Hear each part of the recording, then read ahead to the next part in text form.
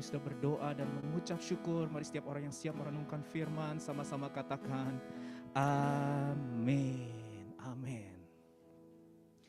Selamat sore, shalom, salam damai sejahtera dalam Tuhan Yesus Kristus. Kepada saudara sekalian, hari ini saya mau menyampaikan firman Tuhan dari kitab Mazmur pasal 10 ayat 1 sampai 18, saudara ya. Judulnya God at Work. Tuhan sedang bekerja. Mazmur pasal 10 ayat 1 sampai 18. Oke. Saya mohon dibantu ya. Kita mulai dari ayatnya yang pertama, saudara ya. Oke, ayat yang pertama. Dikatakan, mengapa engkau berdiri jauh-jauh ya Tuhan, dan menyembunyikan dirimu dalam waktu-waktu kesesakan. Oh Lord, why do you stand so far away? Why do you hide when I am in trouble? Nah saudara, jadi konteks pada saat itu umat Allah sedang mengalami waktu-waktu kesesakan. Dan mereka bertanya, pada saat mereka mengalami kesesakan, Tuhan di mana ya? Kok terasa jauh, terasa pasif, apatis, sembunyi. Nah saudara, kalimat yang ditulis oleh pemazmur ini sering dipakai oleh orang-orang ateis, free thinker, agnostik, saudara ya. Mereka bertanya, di mana Tuhan? Kenapa di saat-saat sulit seperti ini kok Tuhan tidak melakukan mujizat? Di mana Tuhan? Jika Tuhan ada, kenapa dia nggak intervensi menyelesaikan persoalan-persoalan yang ada di dunia ini? Kenapa dia nggak menghentikan persoalan-persoalan yang ada di dunia ini? Halo, betul? Nah, mungkin itu juga pernah saudara tanyakan, karena umat Allah pun melalui pemazmur, mereka bertanya, saudara, di mana Tuhan ketika saya lagi susah, ketika saya lagi sulit? Nah, saudara, sebetulnya pertanyaan ini memiliki sebuah asumsi ya. Asumsinya adalah setiap kali manusia mengalami kesulitan, Tuhan harus muncul. Jadi kayak pemadam kebakaran, saudara. Jadi kalau ada kebakaran, itu harus muncul itu pemadam kebakaran gitu ya. Atau kalau misalnya ada kejahatan, siapa yang harus muncul? 112. Kalau kebakaran 119 gitu ya. Kita mikir Tuhan tuh harus kayak 119. Tuhan itu harus kayak 112 polisi. Jadi kalau ada kejahatan Tuhan harus muncul gitu. Nah, itu asumsinya. Kenapa ada pertanyaan seperti ini? Nah, saudara, kita perlu tahu bahwa Tuhan itu bukan 119, Tuhan juga bukan 112, dia bukan pemadam kebakaran, dia bukan polisi atau apa saja saudara bisa sebut. Tuhan adalah Tuhan. Dia nggak bisa dibandingkan dan disamakan dengan apapun. Kalau sudah baca kitab Keluaran pasal 3 ayat 13 sampai 14, Tuhan itu memperkenalkan dirinya kepada Musa. Waktu itu Musa tanya, bagaimana tentang namanya kalau ada orang Israel yang bertanya, siapa namamu? Kemudian di ayat 14, kita baca ayat 14, firman Allah kepada Musa, Aku adalah aku. I am who I am. Aku adalah aku, ini bicara sebuah penegasan bahwa Tuhan itu tidak tergantung dengan apapun dan dengan siapapun untuk menjelaskan keberadaan dirinya. Ini bicara the self-existence of God. Allah itu keberadaannya sendiri. Dia nggak membutuhkan apapun dan siapapun. Bahkan dia sebenarnya nggak butuh kita. Kalau kita bisa masuk dalam rencana dan kehendaknya, itu anugerah. Karena sebetulnya Tuhan nggak butuh apapun dan siapapun. Dia adalah Tuhan yang melampaui segala sesuatu. Nah, kalimat aku adalah aku ini, saudara, itu artinya kita nggak bisa memaksakan atau mengkotakkan Tuhan. Tuhan tuh harus begini. Tuhan tuh harus begitu. Cara kerja Tuhan tuh harus begini. Cara kerja Tuhan tuh harus begitu. Kalau Tuhan nggak begini, nggak begitu, bukan Tuhan. Atau nggak ada Tuhan di dunia ini. Halo, betul nggak? Iya. Nah, saya harus katakan, saudara, bahwa Tuhan itu bukan produk imajinasi manusia. Tuhan juga bukan proyeksi dari kumpulan keinginan-keinginan kita yang kita ilahikan. No, Tuhan adalah Tuhan. Kita nggak bisa memaksa Tuhan untuk bertindak seperti maunya kita. Begitu ada kesulitan, Tuhan harus bekerja A, B, C, D. Kita udah bikin sendiri formulanya. Kita yang bikin rumusannya. Kalau aku lagi susah, ada kesulitan, Tuhan harus begini. Loh. Itu artinya saudara menjadikan Tuhan sebagai objek, bukan sebagai subjek. Saudara, ada sebuah quotes yang bagus, saudara ya. Next. Dikatakan God is his own person and it is good for God to be himself. Biarkan Tuhan jadi Tuhan. Kalau dia nggak bertindak seperti maunya kita, itu cara dia. Itu kehendak dia. Biarkan dia menjadi dirinya, pribadinya yang berdaulat atas segala sesuatu. Amin.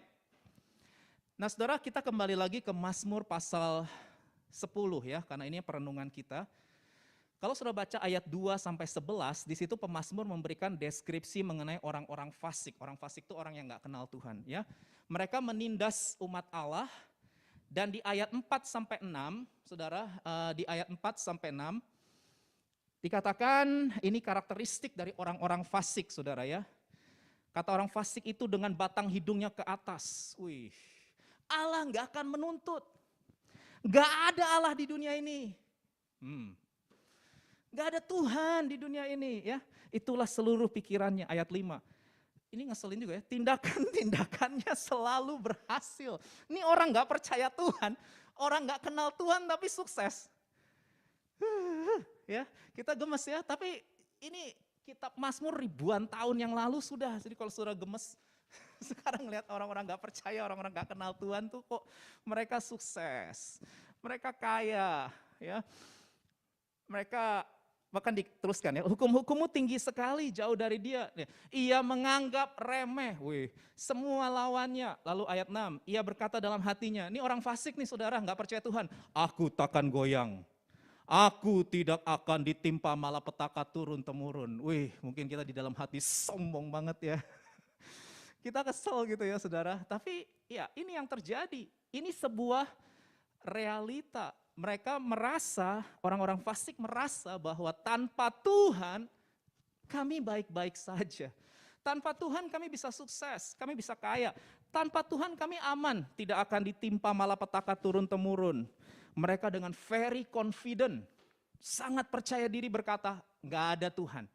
Tuhan gak akan menuntut, kita mau hidup semau kita, seenak kita, gak apa-apa. It's okay, karena gak ada Tuhan yang akan melakukan apa-apa. Dia gak tahu, dia gak melihat, dia gak ada. Nah saudara, seorang bapak gereja bernama Agustinus, Saint Augustine, berkata begini, I cannot show you my God, not because there is no God to show, but because you have no eyes to see him. Saudara, untuk kita bisa melihat Tuhan dan pekerjaan Tuhan, kita membutuhkan panca indera rohani yang terbuka. Ada lagunya itu. Open the eyes of my heart, Lord. Open the eyes of my heart. I want to see you. Kalau saudara mau melihat Tuhan, saudara gak bisa datang dengan kesombongan. Saudara gak akan pernah lihat Tuhan kalau saudara merasa saudara itu adalah pusat dari segala sesuatu. Gak bisa. Kalau kita mau ngelihat Tuhan, yang pertama kita harus lahir baru. Ya saudara, kita harus lahir baru dulu. Hati kita diubahkan, hati kita mau tunduk sama Tuhan. Kita punya posisi hati yang benar. Kalau kita sudah punya posisi hati yang benar, yang mau tunduk sama Tuhan, katakan tunduk sama Tuhan. tunduk sama Tuhan, baru mata rohani kita itu bisa terbuka. Baru kita bisa melihat Tuhan sedang bekerja dalam hidup umatnya. God at work. Dan itu dialami oleh pemazmur sehingga pemazmur menemukan pengharapan di tengah kesesakan yang dia sedang hadapi saat itu. Dia temukan adanya harapan dalam 3 karakter Allah. Nah, hari ini siapkan catatan saudara, karena saya akan bagikan 3 karakter Allah yang pemazmur lihat ketika dia rendah hati, dia datang berkata, Tuhan aku gak lebih pintar dari Tuhan. Aku mau tunduk sama Tuhan, aku mau biarkan Tuhan jadi Tuhan. Dan bekerjalah atas hidupku. Nah, ketika hatinya benar, baru pemazmur bisa lihat adanya pengharapan. Saudara mau melihat pengharapan dalam hidupmu? Amin. Bilang sama kanan kiri, harus rendah hati. Ya, ya, mesti rendah hati saudara, amin. Nunduk sama Tuhan, maka saudara akan lihat Tuhan sedang bekerja atas hidupmu. Yang pertama saudara, yang pertama dari pekerjaan Tuhan yang dilihat oleh pemazmur adalah dia melihat bahwa Tuhan itu adalah Tuhan yang melihat. Ayat 14, Mazmur 10 ayat 14. Engkau memang melihatnya, sebab engkaulah yang, apa saudara? Melihat kesusahan dan sakit hati, supaya engkau mengambilnya ke dalam tanganmu sendiri. Kepadamulah orang lemah menyerahkan diri, dan untuk anak yatim engkau menjadi penolong. But you see the trouble and grief they cause. You see, Tuhan adalah Tuhan yang melihat. Tuhan itu maha tahu. Kalau saudara bertanya, kenapa sih Tuhan kerjanya lambat banget? Kenapa sih Tuhan cara kerjanya gak seperti yang aku mau, gak seperti yang aku inginkan? Jawabannya sederhana, karena Tuhan tahu lebih banyak daripada saudara dan saya. Halo. Kalau kita bisa tahu apa yang Tuhan tahu, kita pasti setuju dengan cara kerja Tuhan. Masalahnya kita sotoy, kita sok tahu. Padahal kita punya keterbatasan. Saudara, kita ini makhluk yang terbatas, kita tidak maha tahu. Kita nggak punya database alam semesta dari A sampai Z, tapi Tuhan punya karena Dia yang menciptakan alam semesta. Itu sebabnya ada banyak hal yang mungkin kita tidak mengerti dalam waktu-waktu kesesakan, kok Dia nggak muncul. Dalam waktu-waktu kesulitan, kok kelihatannya Dia nggak bekerja, kelihatannya Dia pasif. Saudara, itu bukan bagian kita. Bagian kita adalah trust and obey. Katakan trust and obey, bahwa Dia sedang bekerja menurut cara, waktu, dan kehendaknya. Amin. Karena Dia maha tahu. Saudara, hati-hati, kita sekarang ada di masa yang sukar ya. Dan banyak pencemooh ini.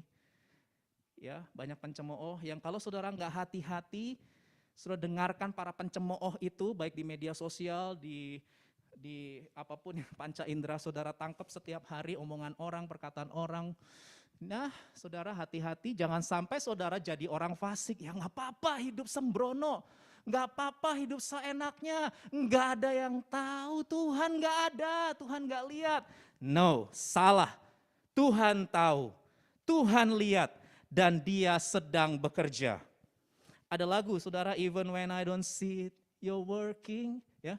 Even when I don't feel it, saya lupa itu. Lagu Miracle Worker. Ketika saya tidak melihat, Tuhan tetap bekerja. Saya nggak merasa Tuhan tetap, you never stop, you never stop working, you never stop working. Nah, saudara, Dia Allah yang melihat. Yang kedua, saudara, pemazmur melihat Allah adalah Allah yang berkuasa. Katakan Allah yang berkuasa. Yuk lihat ayat 16, Mazmur 10 ayat 16. Tuhan adalah Raja untuk seterusnya dan selama-lamanya. The Lord is King forever and ever. Tuhan itu bekerja pada saat kita menjadikan Dia sebagai Raja yang berkuasa atas hidup kita. Tuhan itu bekerja pada saat kita mengakui Dia sebagai Raja yang memerintah atas hidup kita. Pertanyaannya, apakah Tuhan sudah memerintah sebagai Raja atas hidup kita setiap hari? Apakah pikiran, perasaan, dan kehendak kita sudah diperintah oleh Allah? Itu yang perlu kita tanyakan setiap hari. Saudara,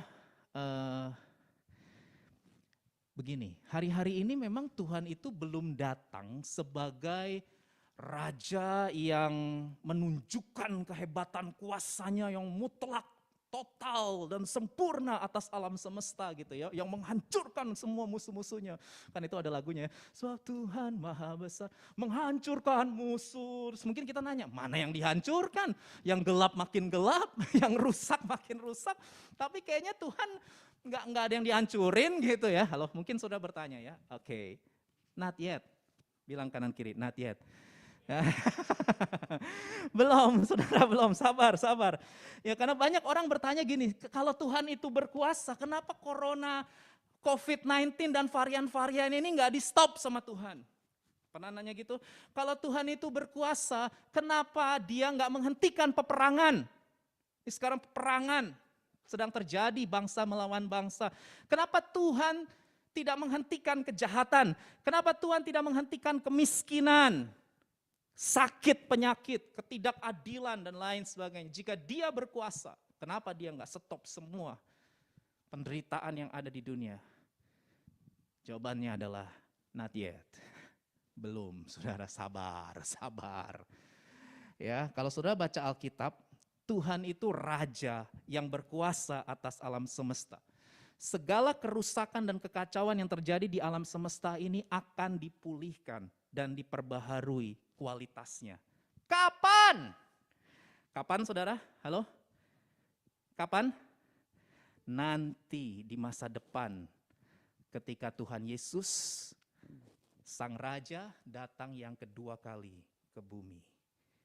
Di sanalah kemenangan mutlak dan total benar-benar akan terrealisasi secara sempurna.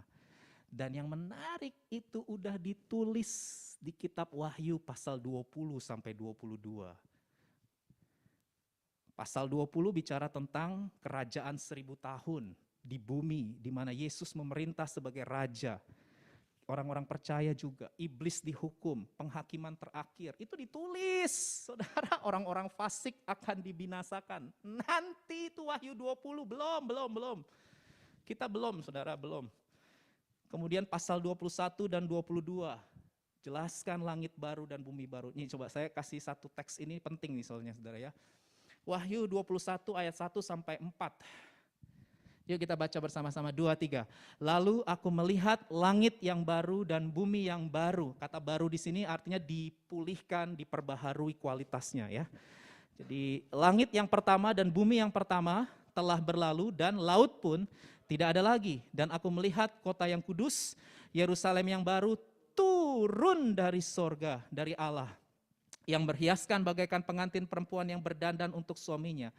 Lalu aku mendengar suara yang nyaring dari tahta itu berkata, lihatlah kemah Allah ada di tengah-tengah manusia, dan Ia akan diam bersama-sama dengan mereka, mereka akan menjadi umatnya, dan Ia akan menjadi Allah mereka. Ayat 4, baca dengan keras nih, 1, 2, 3. Dan Ia akan menghapus segala air mata dari mata mereka, dan maut tidak akan ada lagi, tidak akan ada lagi perkabungan atau ratap tangis atau duka cita, sebab segala sesuatu yang lama itu telah berlalu. Saudara, teks ini bicara mengenai cerita akhir dari rancangan Allah atas manusia, orang percaya dan alam semesta. Nah ini gini. Saudara, kita pun kalau nonton drama ya, atau nonton film, kita itu nggak suka ya kalau ada orang yang udah selesai nonton, ceritain cerita akhirnya. Halo, betul nggak sih? Saya cerita, kalau saya lagi suka drama tertentu nih, ada 16 episode, saya baru nonton episode 1, 2, 3, wih tegang nih. Tiba-tiba ada orang bilang, aku udah selesai Dad, aku udah sampai episode 16, mau nggak aku ceritain akhirnya? Saya dengan mantap akan berkata, stop. Jangan bicara. Saudara gitu gak sih? Kita gak mau cerita akhirnya kita tahu, betul gak? Soalnya kenapa saudara? Ayo kenapa? Soalnya kalau kita udah tahu episode 16, biasanya 16 kan ya kalau drama. Kalau kita tahu episode terakhir, kan jadi nggak seru lagi ya. Halo, betul nggak sih? Habis sudah tahu, kan jadi nggak tegang lagi kan kalau misalnya itu thriller gitu ya. Horor gitu misalnya ya, thriller lah. Kita akan tegang kan saudara ya, seru gitu. Tapi kalau udah dikasih tahu akhirnya bakal bagaimana kan jadi nggak seru lagi nonton, jadi males, betul nggak? Halo? Nah saya nanya-nanya, Tuhan ini kenapa Tuhan kasih tahu ya cerita akhir dari kehidupan kita dan alam semesta ini, langit bumi ini sudah dikasih tahu sama Tuhan akhirnya. Saudara pernah mikir gak? Halo? Kenapa Tuhan kasih tahu? Karena Tuhan mau memberikan rasa aman pada kita. Dia kasih tahu saudara, supaya sewaktu kita hidup di dunia ini baru episode kalau drama, ini belum 16. Yang saudara sekarang sedang jalan ini mungkin 3, 4, 5, wah saudara ketakutan, saudara mengalami manis, asam, asin, ramai rasanya, saudara mengalami kehidupan bergejolak, bergoncang, saudara kehilangan, saudara mengalami kesusahan, kesulitan, difitnah orang, mungkin dihianati orang, dijatuhkan sama atasan, mungkin profesor, dosen, bos atau siapa mungkin menzolimi saudara, saudara mengalami banyak ketidakadilan, itu baru episode depan saudara. Belum endingnya.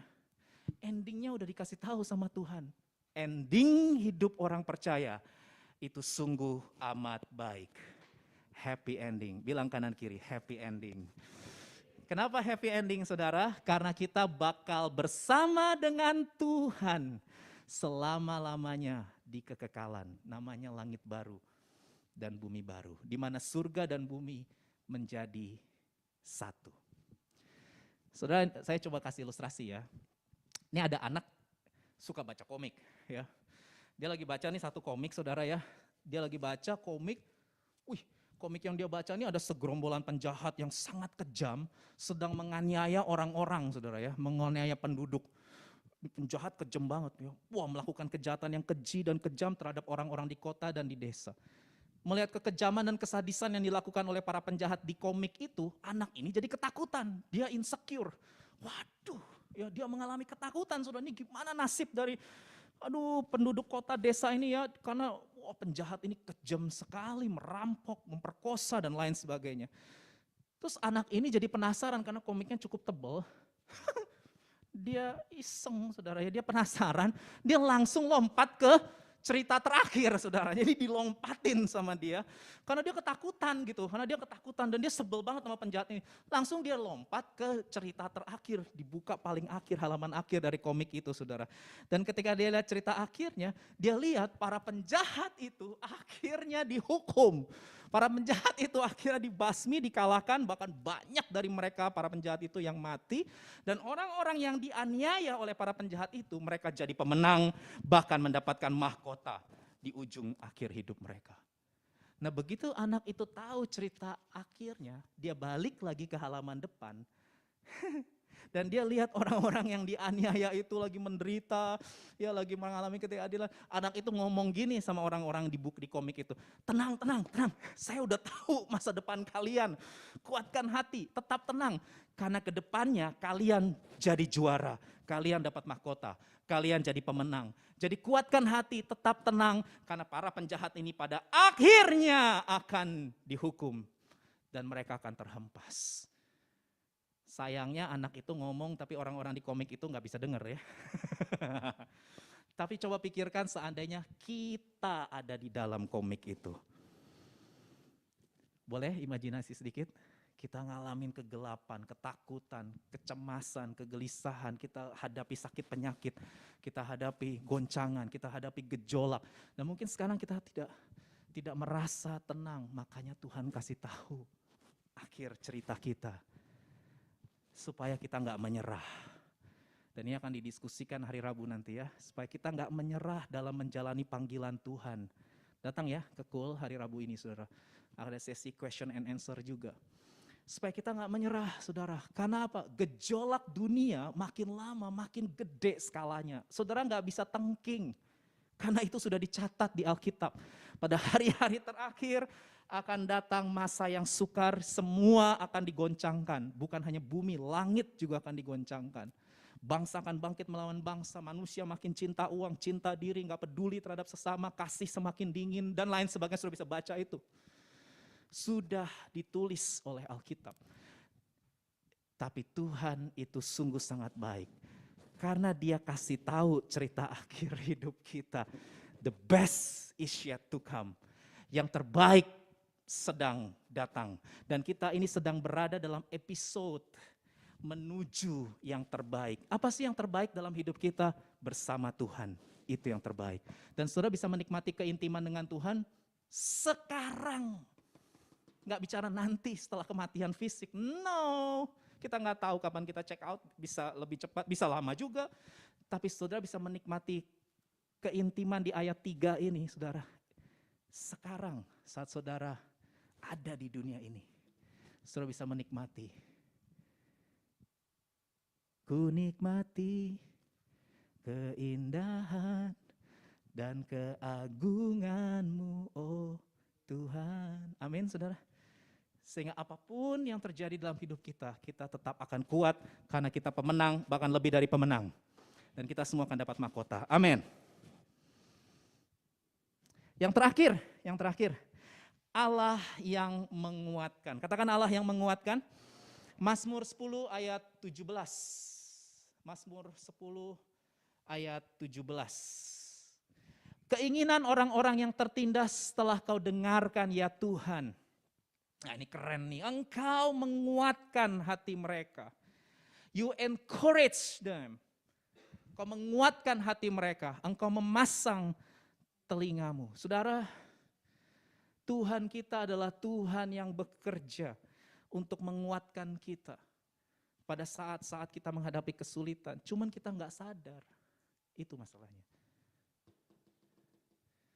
John Piper tulis gini, Tuhan itu melakukan 10.000 hal dalam hidupmu. Tapi mungkin kau hanya menyadari 3 dari 10.000 itu. Mungkin kita pikir, masa sih? Tapi coba lihat. Kenapa kita cuma menyadari 3 dari 10.000? Karena kita maunya Tuhan itu bekerja sesuai maunya kita. Sesuai keinginan kita. Padahal Dia sudah bekerja 10.000, tapi kita nggak pernah sadar akan yang 10.000 itu. Kita merasa itu memang sudah selayaknya, misalnya nafas, ya saya memang harusnya bernafas. Jantung berdetak, oh itu juga memang saya seharusnya jantung saya berdetak. Kita begitu tuh. Kita nggak pernah bersyukuri hal-hal kecil yang Tuhan kerjakan dalam hidup kita hingga hari ini. Karena kita maunya yang maunya kita itu, yang gede-gede itu, yang spektakuler itu ya. Kita maunya yang begitu-begituan. Sedangkan yang kecil-kecil kita nggak bisa mensyukuri. Padahal Dia bekerja 10.000 dalam hidup kita. Ya ini cuman ini ya saudara ya, hanya bahasa analogi. Tentu kita nggak tahu jumlahnya berapa. 10,000 reason, ada lagunya ya. Where's the Lord, oh my soul. Gimana lagunya Vin? 10,000 reason. Itulah. Ya, mungkin tuh lagu terinspirasi sama John Piper. Oke. Ya, Tuhan itu begitu banyak bekerja, maksudnya begitulah intinya. 10,000 itu hanya bahasa analogi ya. Tuhan itu banyak bekerja, tapi kita nggak menyadarinya karena kita hanya mau Dia bekerja sesuai dengan apa yang kita mau dan kita inginkan. Saudara, meskipun Tuhan nampak tidak terlihat, mungkin saat ini pun saudara sudah berdoa, tapi kelihatannya kok kesulitannya nggak habis-habis ya. Datang lagi, ada lagi gitu ya. Mungkin saudara berpikir, kok Tuhan tidak terlihat, tidak muncul saat saya menghadapi kesulitan, tapi Dia tetap bekerja, saudara. Sama seperti film yang bagus ya. Kalau kita nonton film yang bagus itu butuh apa ya? Film yang bagus butuh aktor. Butuh artis yang ganteng, yang cantik, yang jago acting, betul ya? Di sini ada yang perfilman ya, IV perfilman, Kristi. Nah, apa lagi? Film yang bagus itu butuh alur cerita yang menarik, yang kreatif, dan lain sebagainya. Tapi yang paling penting, film yang bagus itu sebenarnya membutuhkan seorang sutradara yang hebat. Halo, betul nggak? Dan yang namanya sutradara nggak pernah muncul di kamera. Yang namanya sutradara nggak pernah kelihatan di film. Yang kelihatan itu artis dan aktornya. Tapi sebenarnya yang menjadi penentu dari bagusnya film itu, yang menentukan bukan aktor, artis, dan segala hal yang ada, tapi yang menentukan, yang hebat, yang brilian, itu adalah director atau sutradara. Karena nggak ada satu hal pun dapat terjadi di film itu tanpa seizin sang sutradara. Halo. Demikian juga dengan Tuhan. Tuhan seakan-akan nggak kelihatan ya. Nggak muncul ini, saya lagi ngalamin kesusahan, saya lagi mengalami masalah. Saudara, mungkin saudara merasa seperti itu, tapi sebetulnya dia ada karena dia Immanuel. Allah yang selalu menyertai kita. Dan dia lebih dekat dari kemeja atau kaos atau baju yang sudah kenakan karena dia ada di dalam saudara. Amin. Sebentar lagi kita masuk Jumat Agung ya. Sebentar lagi kita masuk Paskah saudara ya.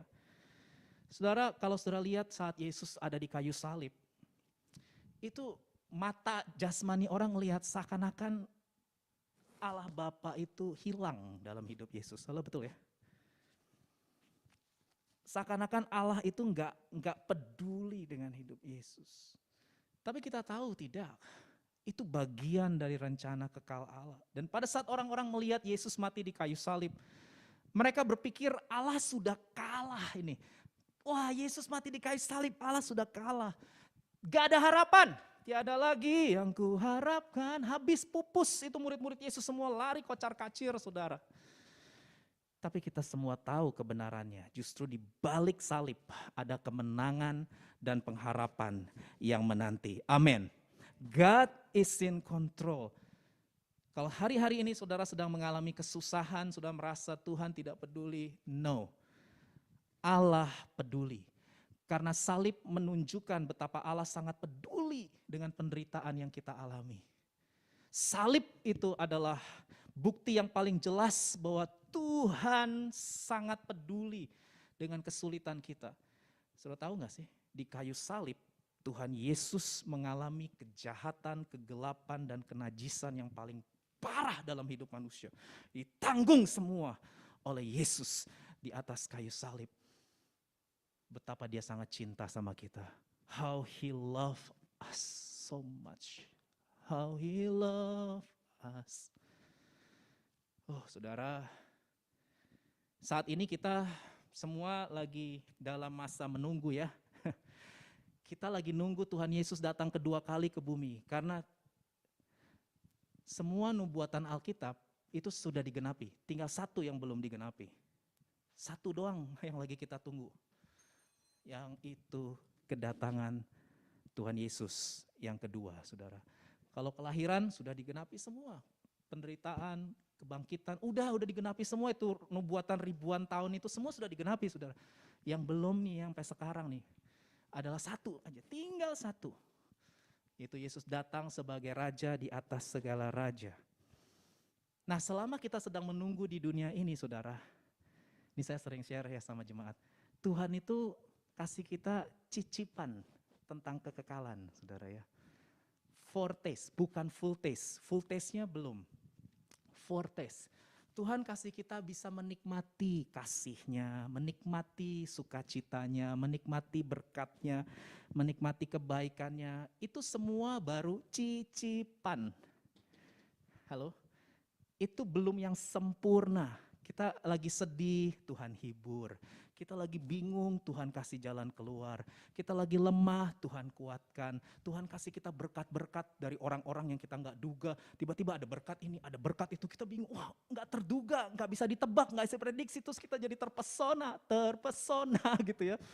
Kasih-Mu ya Tuhan, yang Kau limpahkan bagiku. Ya, kita terpesona dengan kasih Tuhan. Itu ada lagunya kan, Tuhan kasih-Mu sungguhlah mempesona hidupku ya. Kebaikan-Mu yang sempat ku terima ya, membuatku terpesona. Apa yang tak pernah ku pikirkan, itu yang Kau sediakan bagiku. Ya tahu ya lagu-lagu itu, saudara. Jadi Tuhan itu kasih kejutan-kejutan, kita lagi sedih, Tuhan hibur.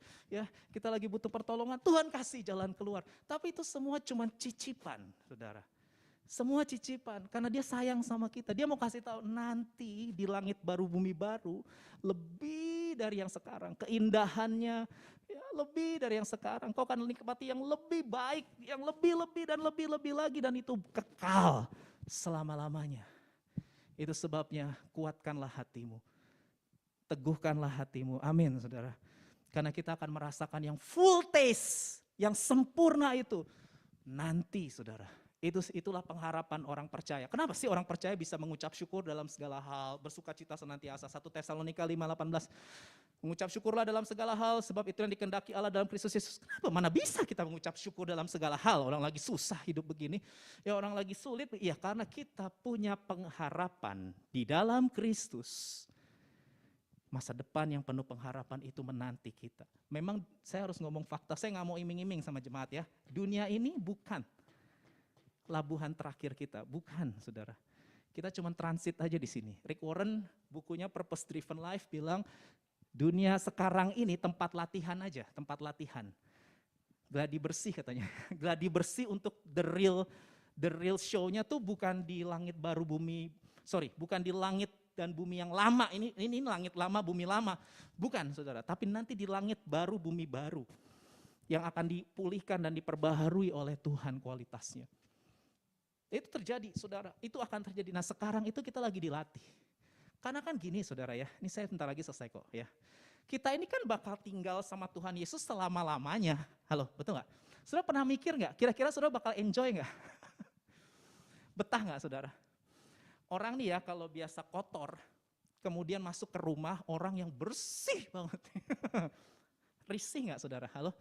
Biasanya orang begitu, ada orang-orang tertentu kan yang begitu ya, begitu masuk rumah, gak mandi, gak apa, langsung tidur, saudara ya.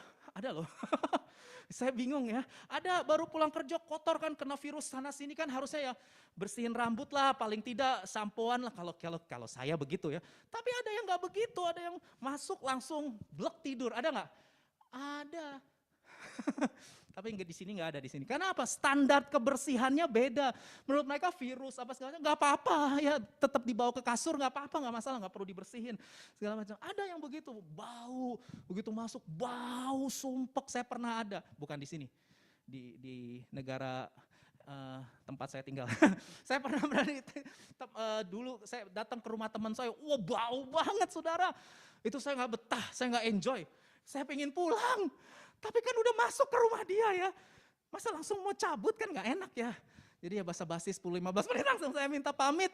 Bau, saudara, dapurnya bau. Saya lihat tempat cuci piringnya gak dibersihin, itu lembab, berjamur. Tapi dia enjoy, dia betah tinggal di situ.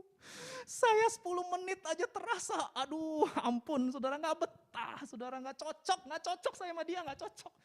Ya, gak cocok. Kalau dia wanita gak bakal saya nikah sama dia. Dia pria bukan wanita. Gak bakal nikah, kita kalau mau nikah itu kan harus cocok sifatnya. Yang bersih sama-sama suka bersih. Halo, betul gak? Halo? Iya kan? Iya. Nah saudara pernah mikir gak? Nanti kan bakal tinggalnya sama siapa? Tuhan Yesus. Cocok gak saudara kira-kira sama Tuhan Yesus? Ya banyak orang Kristen kayak gak mikir nih ini.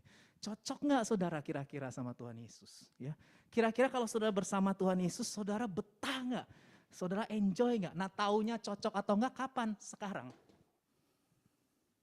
Sekarang taunya. Saudara mau tahu saudara itu bakal bahagia gak tinggal sama Tuhan Yesus dalam kekekalan? Taunya kapan? Sekarang. Kalau saudara bangun tidur aja langsung sibuk, gak ada doa, gak ada keintiman, gak ada renungan firman, gak ada keintiman. Aduh gak ada waktu deh buat Tuhan. Wah saya curiga nanti gimana di kekekalan. Ya, dalam keseharian aja saudara gak pernah doa, gak pernah baca firman dan lain sebagainya. Kira-kira bakal enjoy gak? Pernah gak saudara mikir? Saudara kira-kira bakal bahagia gak? Ya, nah ini menjadi perenungan bersama. Saya berdoa supaya kita semua cocok sama Tuhan Yesus. Amin. Kita semua sedang latihan. Saya ngomong begini juga saya sedang latihan, saudara. Kita lagi dilatih. Tuhan Yesus itu suka kekudusan. Tuhan Yesus itu suka kerendahan hati. Tuhan Yesus itu suka dengan kasih dan pengampunan. Tuhan Yesus itu suka melakukan kehendak Bapa. Tuhan Yesus itu suka berbuat baik kepada orang lain. Bagaimana dengan kita? Saya berdoa supaya di dunia ini kita latihan yuk menuju kekekalan. Ini kan gladi bersih. Latihan. Tuhan Yesus suka melayani, saya juga suka melayani. Tuhan Yesus rendah hati, saya juga mau belajar rendah hati. Saya pakai kata belajar ya, nggak gampang. Tuhan Yesus mau mengampuni, saya juga mau belajar mengampuni. Tuhan Yesus suka berbuat baik banyak orang, saya juga mau belajar berbuat baik sama banyak orang. Tuhan Yesus memberitakan Injil Kerajaan Allah, saya juga mau memberitakan Injil Kerajaan Allah. Apa yang Yesus suka, itu yang aku suka. Apa yang Yesus senang, itu yang aku senang. Apa yang Yesus mau, itu yang aku mau. Jadi nanti kalau kita ketemu Tuhan Yesus muka dengan muka, kita bahagia, kita betah, kita enjoy. Kenapa? Karena cocok. Ya, kalau sekarang saudara masih banyak nggak cocok, nggak apa-apa. Nggak apa-apa saudara, saya sendiri juga masih banyak nggak cocoknya sama Tuhan. Saya juga lagi masih belajar kok. Saya ngomong begini bukan berarti saya sudah sempurna, saudara. Saya juga masih suka marah, masih suka tersinggung dan lain sebagainya. Ya, temperamen juga. Jadi saya lagi belajar terus, belajar cocok sama Tuhan, belajar. Jadi saudara, kita sama-sama belajar kok. Ya, saya ngomong begini, saya juga belajar, saudara. Kita lagi sama-sama belajar. Karena dia akan jemput kita pada waktunya. Dan selama dia belum datang, dia akan terus kuatkan kita. Dia akan terus hibur kita. Supaya kita nggak menyerah dengan penderitaan di dunia ini. 3 poin sederhana ya. Hari ini kita belajar Allah itu bekerja. Allah itu melihat. Allah itu maha tahu ya. Allah itu raja yang berkuasa. Dan Allah itu menguatkan kita. Saya undang kita bangkit berdiri. Bangkit berdiri saudara, yuk kita nyanyi. Ada satu lagu, asik lagunya saudara. Tentang kasih setia Tuhan, saya ajak kita belajar lagu ini. Kasih setia Tuhan. Kasih setia Tuhan tak berkesudahan, tak habis-habisnya, rahmat-Nya selalu baru setiap pagi, baru setiap hari, besar kesetiaan-Mu. Kita nyanyi dari awal ya. Engkau adalah bagianku, Engkau adalah bagianku. Ku berharap padamu, jiwaku mencari-Mu, menantikan-Mu, hidupku penuh kebaikan-Mu. Kasih setia, kasih setia Tuhan tak berkesudahan, tak habis-habisnya, rahmat-Nya selalu baru setiap pagi, baru setiap hari, besar kesetiaan. Kasih setia Tuhan, kasih setia Tuhan tak berkesudahan, tak habis-habisnya, rahmat-Nya selalu baru setiap pagi, baru setiap hari, besar kesetiaan-Mu. Jemaat sendiri katakan kasih setia.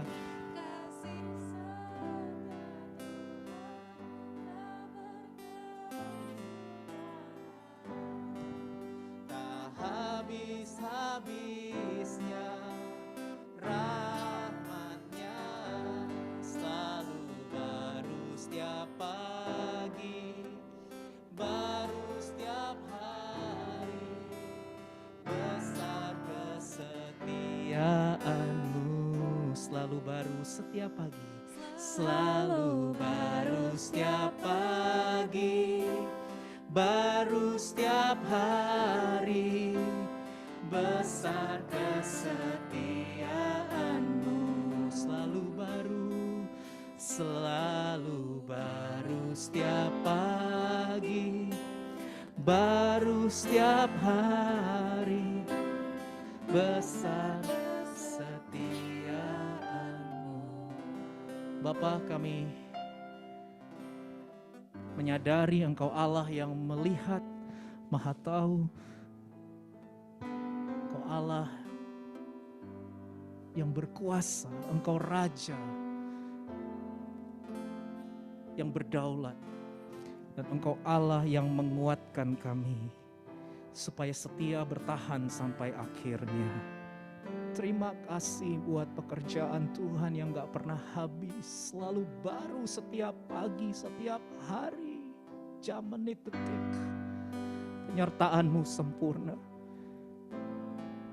Hanya saja kami gak pernah menyadarinya ya Tuhan.